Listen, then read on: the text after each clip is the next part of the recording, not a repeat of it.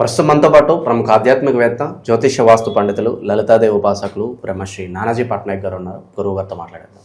నమస్కారం గురుగారు. శ్రీమాత్రేయ నమః. గురుగారు, నక్షత్రాల సిరీస్లో భాగంగా ఈరోజు మనం ఆశ్లేష నక్షత్రం గురించి మాట్లాడదాం. చాలా పాపులర్ నక్షత్రం. వివిధ మాధ్యమాల్లో కూడా చాలా మంది నక్షత్రం గురించి ప్రత్యేకంగా చెప్తూ ఉంటారు. ఎందరో గొప్ప వాళ్ళు కూడా పుట్టారని చెప్తూ ఉంటారు. ఇటువంటి నక్షత్రం లక్షణాలు ఏ విధంగా ఉంటాయి? నక్షత్రాలు పుట్టిన లక్షణాలు ఓవరాల్గా వీళ్ళ లైఫ్ అంతా కూడా ఎటువంటి పరిస్థితులు ఎదురవుతాయి? తప్పకుండా అండి. ఫస్ట్ ఆఫ్ ఆల్ ఏంటంటే ప్రతి నక్షత్రంలో గొప్ప వాళ్ళు పుడతారు, భేదవాళ్ళు పుడతారు. ఇట్స్ డిపెండ్ ఆన్ వాళ్ళ పర్సనల్ చార్ట్. బట్ నక్షత్రానికి ఒక లక్షణం ఉంటుంది.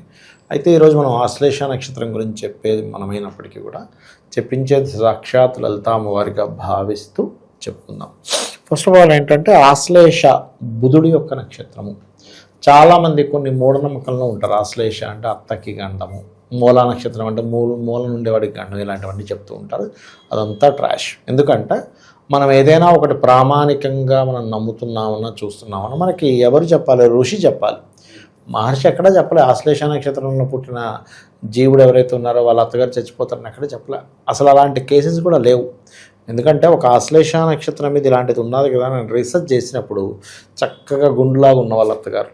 కాబట్టి అది ముందు ఆ యొక్క మిత్, మనకి ఏమంటారు, మూఢనమ్మకాన్ని నమ్మకండి. ఆశ్లేష నక్షత్రం అంటే అత్తగారికి గండం అనేది నమ్మకండి. ఆశ్లేష నక్షత్రం అంటే ఏంటంటే అది బుధుడి యొక్క నక్షత్రం కాబట్టి వీళ్ళ యొక్క క్యాలిక్యులేషన్స్ చాలా ఫాస్ట్గా ఉంటాయి. గుర్తుపెట్టుకోండి, చాలా తొందరగా అంచనా వేస్తారు వీళ్ళు. చాలా అంటే చాలా తొందరగా. ఇంకోటి ఏంటంటే వాళ్ళ కమ్యూనికేషన్స్లో ఆ ఎఫెక్షన్ చూపించగలుగుతారు. ఆశ్లేష నక్షత్రం వాళ్ళ ఎఫెక్షన్ చూపిస్తూ వాళ్ళు తెలివిగా చాలా జాగ్రత్తగా ఇది చేసుకోగలుగుతారు. అంతేగాని ఇదేదో ఆశ్లేష నక్షత్రం అత్తగారి గండం వివాహానికి మంచిది కాదు, సర్ప నక్షత్రం కాబట్టి మంచిది కాదు, ఆశ్లేష నక్షత్రంలో పుడితే ఖచ్చితంగా ఆశ్లేష బలి చేయించుకోవాలని రూల్ ఏం లేదు. ఆశ్లేష బలి ఎప్పుడు చేయించుకుంటారంటే ఆశ్లేష నక్షత్రంలో పుట్టినందుకు కాదు, ఆశ్లేష నక్షత్రంలో జన్మించి ఆ యొక్క నక్షత్ర అధిపతి ఎవరైతే బుధుడు ఉన్నాడో ఆయన సర్పదోషంలో పడి వీళ్ళకి నడుస్తున్న ప్రతి దశ కూడా సర్పంతో సంబంధం కలిగినటువంటి మహాదశలుగా అయితే వీళ్ళ కాలం అనుకూలించట్లేదు కాబట్టి ఆశ్లేష బలి చేస్తారు. అంతేగాని ఆశ్లేష నక్షత్రంలో పుట్టగానే ఆశ్లేష బలి చేసుకోవాలని రూల్ లేదు. అర్థమైందండి అది. ఇక వీళ్ళకి ఫస్ట్ ఇచ్చే మార్క్స్ ఏంటంటే వీళ్ళు బాగా తెలివైన వాళ్ళు. ఈ బుధుడు కనుక పాడైతే బాగుంటేనేమో వీళ్ళ తెలివితేటలతో ప్రతి ఒక్కరికి మంచి చేస్తారండి, అందులో డౌట్ లేదు. అంటే వీళ్ళని మనం ఏదైనా సజెషన్ అడగాలి, వీళ్ళని అడిగితే పర్ఫెక్ట్ ఐడియా ఇస్తారు. కానీ బుధుడు పాడయ్యాడు అంటే ఇప్పుడు 100లో ఒకరికి ఎవరికో పాడవుతాడు, 1,00,000లో ఒకరికో. ఆ బుధుడు పాడైతే ఏమవుతుందంటే కన్నింగ్ అయిపోతారు మళ్ళీ వీళ్ళు. అంటే ఏమైపోతుంది, బుద్ధి ఏమైపోతుంది అంటే వీళ్ళకి, అమ్మో బుధుడు పాడయ్యాడు కదా, ఎప్పుడు కూడా ఏంటంటే అమ్మో అవతలుడు నన్ను మోసం చేస్తాడేమో, అదేదో నేనే చేస్తే అయిపోద్దిగా అనే బుధుడు పాడవడం వీళ్ళకనే కాదు, ఎనీ పర్సన్.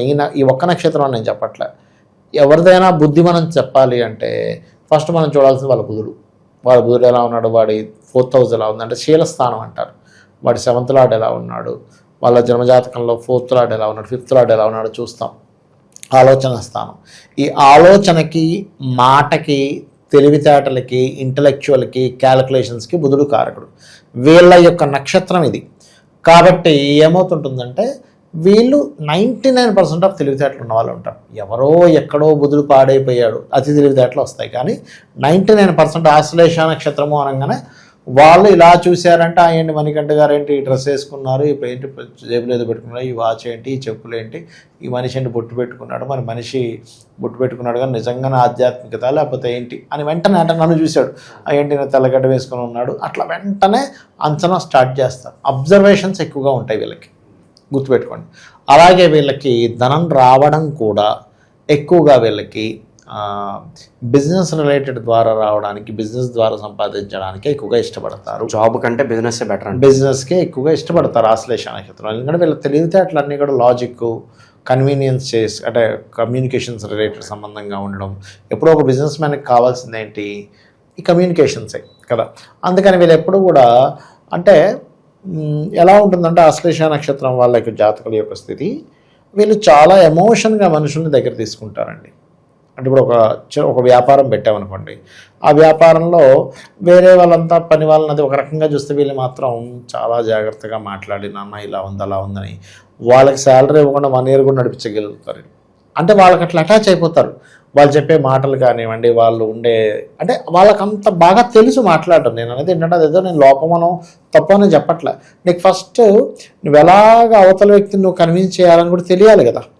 ఈ ఆశ్లేష నక్షత్రం వాళ్ళకి మాట్లాడి ఎలా కన్విన్స్ చేయాలో తెలిసినంతగా ఎవరికి తెలియదు. అంత మాత్రం చేత ఆశ్లేష నక్షత్రానికి అధిష్టాన దేవత సర్పము అమ్మో అనడానికి ఏమీ లేదు. అదేమి సర్పమనగా వాళ్ళు ఏమొచ్చి కాటేయడం లాంటివి ఏం చేయరు. ఒక్కొక్క నక్షత్రానికి ఒక్కొక్క అధిదేవతలు అధిష్టాన దేవతలు ఉంటారు. ఇప్పుడు భరణి నక్షత్రం ఉందనుకోండి, ఏముడు అంత మాత్రం చేత అందరినీ చంపేస్తాడా భరణి నక్షత్రం వాళ్ళు? అలా కాదు కదా. అధిదేవతలు అంతే. ఇప్పుడు కృతికా నక్షత్రం అగ్ని అలా అందరినీ పోయి కాలుస్తూ ఉంటాడా? కాల్చడు కదా. అలాగే దీనికి సర్ప నక్షత్రం అని ఎందుకంటారంటే అలర్ట్నెస్ ఎక్కువ ఉంటుంది. ఒక సర్పం చూడండి, మీరు పొలంలో నడుచుకొని వెళ్తుంటే అది వెంటనే అలర్ట్ అయిపోతుంది. కొంచెం ఏదైనా ప్రమాదం ఉందనగానే వెంటనే అలర్ట్ అయిపోతుంది. అర్థమైందా మీకు? అంటే అలర్ట్నెస్ ఎక్కువగా ఉండడము, అదొక చిన్న కన్నమన్న లోపల దూరిపోతుంది. ఈ లక్షణాలు ఎక్కువగా ఉంటాయని మనం అర్థం చేసుకోగలగాలి. అలాగే ఇంకొక విషయం ఏంటంటే వీళ్ళ యొక్క అన్నదమ్ములు కావచ్చు, అక్క చెల్లెలు కావచ్చు, దూర ప్రాంతానికి వెళ్ళడానికి ఎక్కువ ఛాన్సెస్ ఉంటాయి. అలాగే వాళ్ళు కూడా వీళ్ళ యొక్క సిబ్లింగ్స్ కూడా ఏదైనా బిజినెస్ లైన్లోకి వెళ్ళాలనే ఆలోచనలు ఎక్కువగా ఉండడము, ఇవి ఎక్కువగా జరుగుతాయి. వీళ్ళ యొక్క తల్లిగారు కూడా కొంచెం బిజినెస్ మైండెడ్గా ఉండడం, బాగా తెలివిగా ఉండడం. మీరు కనుక ఎనీ ఆశ్లేష నక్షత్రం వాళ్ళని అడిగితే ఏమంటే మీ మదర్ చాలా తెలివిగా ఉంటారు కదా అంటే ఎస్ అనే మాట వస్తుంది మీకు. వీళ్ళకి ఇంకోటి ఏంటంటే ఎప్పుడైనా అసలు ఏదైనా ఒక ప్రాపర్టీస్ తీసుకునేటప్పుడు కూడా వీళ్ళు కొంచెం వీలైనంత మటుకు కమర్షియల్ ప్రాపర్టీస్ తీసుకోవడానికి ఎక్కువ ఇష్టపడతారు, రెంటల్స్కి ఇవ్వడానికి ఎక్కువ ఇష్టపడతారు. ఏదైనా ఒకటి చదివితే కూడా అది మరలా నాకు రేపు పొద్దున్న ఒక బిజినెస్ పరంగా ఎలా పనికి వస్తుందనే పాయింట్ ఆఫ్ వ్యూలోనే చదువుతారు వీళ్ళు.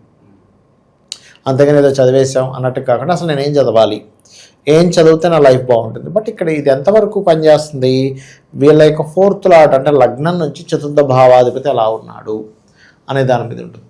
అలాగే ఆశ్లేష నక్షత్రం వాళ్ళకి ఖచ్చితంగా 2 పిల్లలు ఉంటారు. 99% ఉంటారండి. ఒక పిల్లలు ఉండడం చాలా తక్కువ, రేర్. ఒకే పిల్లలు ఉన్నారంటే అది ఎక్కడో పంచమ స్థానం 2 భార్యాభర్తల జాతకాల్లో పాడైపోయితే తప్ప అప్పుడు పిల్లలు లేకపోవడం దట్ ఈస్ డిఫరెంట్ కేస్.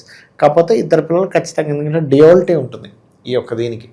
అలాగే ఇంకోటి ఏంటంటే ఎప్పుడు వీళ్ళకి హెల్త్ రిలేటెడ్ ఇష్యూస్ వచ్చినా కూడా నర్వ్స్ అంటే రెండుగా వస్తూ ఉంటుందండి. ఎందుకంటే ఈ నక్షత్రం యొక్క స్వభావం ఏదైతే ఉంటుందో అది రెండుగా ఇవ్వడం జరుగుతూ ఉంటుంది.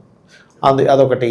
ఇంకోటి ఏంటంటే జెంట్స్లో కనుక ఈ ఆశ్లేష నక్షత్రంలో పుట్టి వాళ్ళకి ఈ 7వ స్థానాధిపతి అంటే కోరికల కారకుడు కనుక బాగా పెరిగిపోతే, అందరికీ నేను చెప్పట్లేదు, బాగా గుర్తుపెట్టుకోండి, 99% పీపుల్కి ఇది ఉండదు. కానీ ఇఫ్ ఆశ్లేష నక్షత్ర శుక్రకుజులు కలయికుండి 7వ స్థానాధిపతి లగ్నం నుంచి 7వ స్థానాధిపతి కోరికల కారకుడై 12వ స్థానం పాడైతే వీళ్ళు ఖచ్చితంగా వివాహం అయి ఉండగా కూడా ఇంకొకరితో వీళ్ళకి రిలేషన్ ఉంటుంది. అది ఫ్రెండ్గా ఉంటుంది, ఎందుకంటే వీళ్ళు ఫ్రెండ్షిప్ బాగా చేయగలుగుతారు, బాగా కమ్యూనికేషన్ చేయగలుగుతారు, అంటే బాగా మాట్లాడగలుగుతారు. అందరికీ నేను చెప్పట్లే. దీనికి కొన్ని ఫార్ములాస్ ఉంటాయి, కొన్ని రూల్స్ ఉంటాయి, కొన్ని రూల్స్ అండ్ రెగ్యులేషన్స్ ఉంటాయి దాని పరంగా. ఎందుకంటే ఆశ్లేష నక్షత్రం నుంచి 7వ స్థానం కుంభం అవుతుంది, అది సీక్రెట్ సైన్ అయింది. సో ఇట్లాంటివి ఉంటాయి. అంటే కొంచెం ఎవరైనా ఇష్టపడి చేసుకోవడం, అది ఇంట్లో వాళ్ళకి చెప్పడానికి కొంచెం కొన్ని రోజులు టైం తీసుకొని చెప్పడం, ఇవి కూడా జరుగుతాయి. ఎప్పుడు జరుగుతాయి? పురుషుడైతేనేమో శుక్రుడు డ్యూయల్ సైన్లోకి వెళ్ళడమో లేకపోతే పాపగ్రహాల సంబంధం పెట్టుకోవడమో జరగాలి. స్త్రీ అయితేనేమో కుజుడితో జరగాలి. బట్ ఇది ఎక్కువ పురుషుడికి ఎక్కువగా వర్తిస్తూ ఉంటుంది ఈ ప్రభావం అనేటువంటిది. అలాగే మరొక విషయం ఏంటంటే ఇక్కడ ఈ ఆశ్లేష నక్షత్రం వాళ్ళకి సహజంగా కూడా అవతల వాళ్ళు వచ్చేటువంటి వారు అంటే జీవిత భాగస్వామి కొంచెం కాన్వర్జేషన్ బాగా చేసేవాళ్ళు.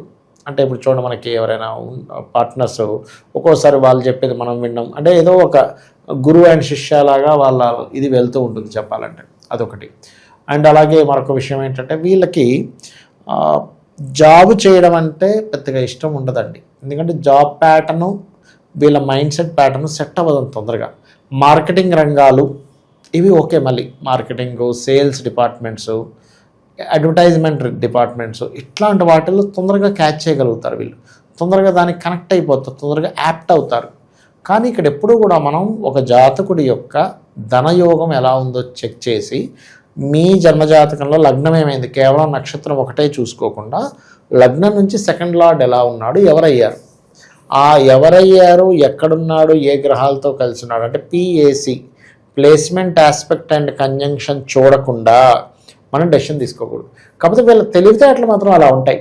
అంటే ఏదైనా సరే ఒక విషయం చూశారు వెంటనే గుర్తుపెట్టేసుకుంటారు. ఏదైనా ఒక పని దగ్గర పంపించాం మనం, ఉదాహరణకి అతనికి అసలు టచ్ చేయలేదు కానీ ఆ జాబ్లో జాయిన్ చేసాం, ఒక్క 4 రోజులు అబ్జర్వ్ చేసి 5వ రోజు వాళ్ళకంటే ఎక్సలెంట్గా చేయగలుగుతారు. అంటే ఆ లక్షణాలు ఉంటాయి. ఆ తెలివితేటలు ఉండడం, ఆ కమ్యూనికేట్ చేయడం, చాలా జాగ్రత్తగా అవతల వాళ్ళని ఏదైనా ఒక హెల్ప్ అడిగేటప్పుడు కానీ ఏదైనా ఒక మాట్లాడేటప్పుడు కానీ చాలా వాళ్ళతో ఫస్ట్ ఎమోషన్ బాండింగ్ పెట్టుకుంటారు వీళ్ళు.